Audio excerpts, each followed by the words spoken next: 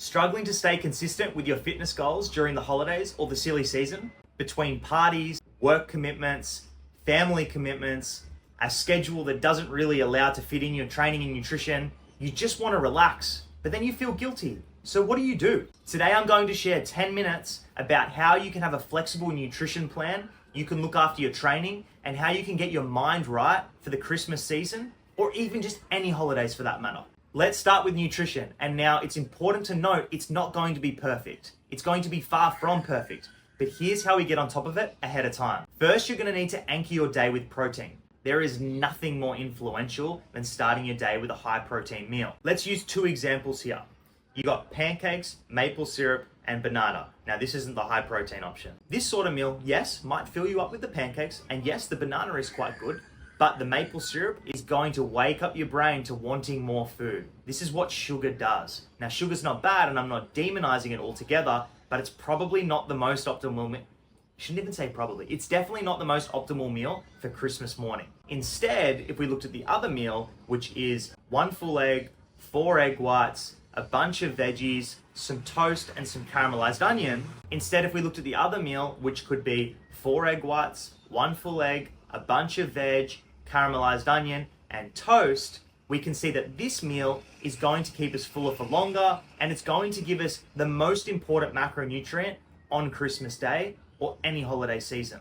Now, the reason being protein is so great beyond recovery is that it's definitely going to keep you more satiated, and it has a higher thermic effect, meaning when you consume it, you actually burn calories, which is pretty cool. So start your day with protein, and yes, you're going to get a bunch of physical benefits, but the mental benefit is that you aren't exposing yourself to high fat meals or high carbohydrate meals. If we aim for something that's high in protein, moderate in carbohydrate, and low in fat, we're going to get all the benefits versus if we had the pancakes, and let's say for example the pancakes had fat content in them, or we had some peanut butter with them, which is actually very realistic.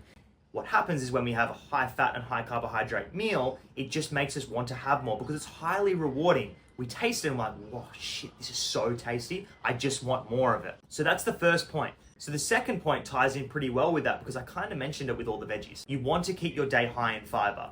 Now, if we compare two things, which is honey and then say an apple or sweet potato.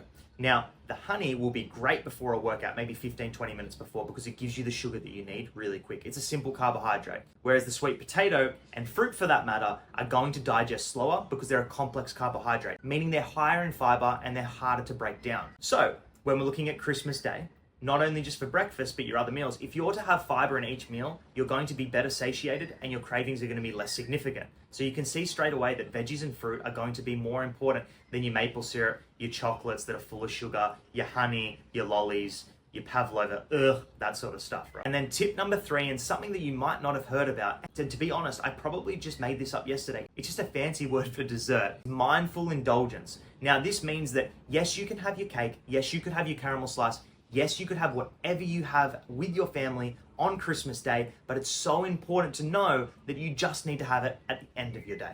This is just being mindful.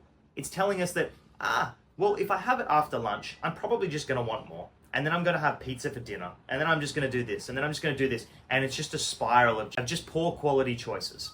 Versus if we go, I'm going to eat high fiber, I'm going to eat high protein, I'm going to watch my fats and carbohydrates to some extent over the day, not too crazy, but just to some extent, and be mindful. Then when I get to the end of the day, I've earned that treat.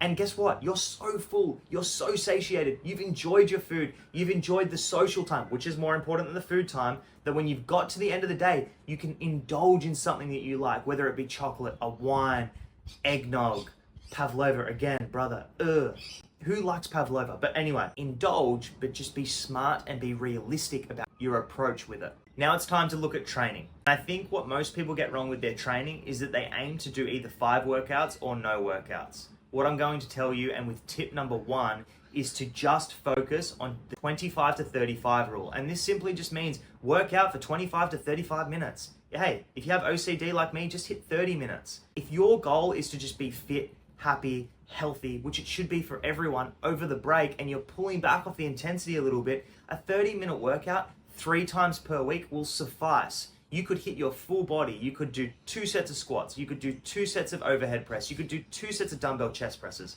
You could do 2 sets of rows. Notice that what I'm saying here is 2, 2, 2, 2. It allows you to get through the full body. You could do this Monday, Wednesday, Friday, or if you prefer, you could do Monday, Thursday, Sunday. It doesn't matter. But if you do 3 workouts, you will sustain your results. And if you train hard enough, you might actually still keep progressing. 3 workouts, 25 to 35 minutes is going to be ace. Then we want to think about incorporating movement daily. And this doesn't mean that you have to do vigorous exercise every day. This just means that if you like to go for a surf, go for a surf. If you like to go for a bushwalk, go for a bushwalk.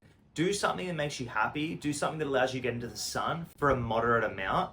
And then from there, just start to feel good by moving your body. And this should be the pathway for the rest of your life. If you move daily, you will feel your best. So just know that with all of these tips today, you should be applying them into everyday life. If you're just looking to maintain muscle mass and be healthy, 25 to 35 minutes of quality versus an hour and 10 of hating the training session and just non-quality is going to suffice. Shorter workouts will be key. So once we've incorporated the movement daily, we're training 3 times per week, we now need to look after our body. And that means stretching for 15 minutes per day.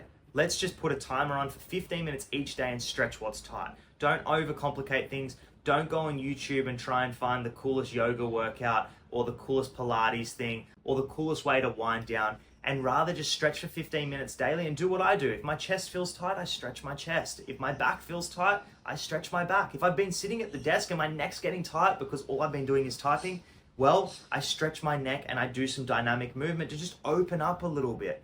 It's so important that you do 15 minutes of stretching, and it can be dynamic or static at any point of the day. This is going to be a win over the silly season. Finally, let's talk about the mindset, which I did say nutrition was the most important thing, but a mindset is arguably the most important factor when it comes to enjoying yourself and having no guilt over the Christmas season. Understanding that you're not going to be bang on with allocations, that you're not trying to push the boundaries, that you're not trying to do everything in your power to become a professional athlete or a professional dieter at this time of the year is so influential to know. It's absolutely arbitrary to go into the silly season and think, oh, I'm going to kick some goals this year. Just chill. Have balance. It's about social time and maintaining your fitness. It's not about pushing the boundaries and then hating life. And it's not about just being gluttonous and eating and doing no training and just feeling like shit. It's not just about food. It's about the social time. This time you should relax, spend time with your family, put the beach umbrella up, go for a walk when you want because you don't have work commitments. Just chill out and enjoy yourself. To punch home today's episode, what we need to really focus on is just the 80-20 rule. Now, this isn't 80 nutrition, 20 training like every other influencer or fitness influencer or whatever you want to call them is preaching. This is more so just saying that just be 80% on and 20% off. If you want to go for a run, go for it. If you don't feel like it that day, don't go for a run. If you want to go to the gym instead or go for a surf, just find some movement to do daily. Go to the gym 3 times per week. Eat pretty well and indulge, but just be smart about it. This time of the year is going to be about balance. So just be balanced. Don't do anything fancy. Don't try and eat the house down. Just enjoy yourself. Apply all of those tips and you are good for a guilt-free end to 2024. Thanks so much for watching. Like and subscribe this channel. The videos are picking up. I'm going to be on here weekly and I am all ears when it comes to suggestions. So if you have something that you want to see on next week's episode or weeks to come, please do let me know because I'm here for the long run.